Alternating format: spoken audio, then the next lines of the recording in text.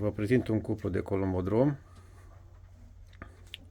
Masculul este original Marius Constantin, fiu direct din Romariu 410, super reproducător în crescătoria Marius Constantin și în multe alte crescătorii.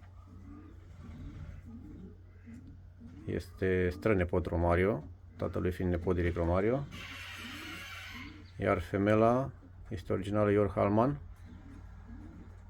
nepoată de Romario. Ambii porumbei sunt de la Marius Constantin de pe licitația totală.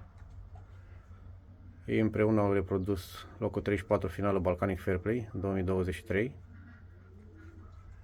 iar masculul cu altă femelă a reprodus în 2024 loc 66 finală Balkanic Fair Play. Un super cuplu de colombodrom.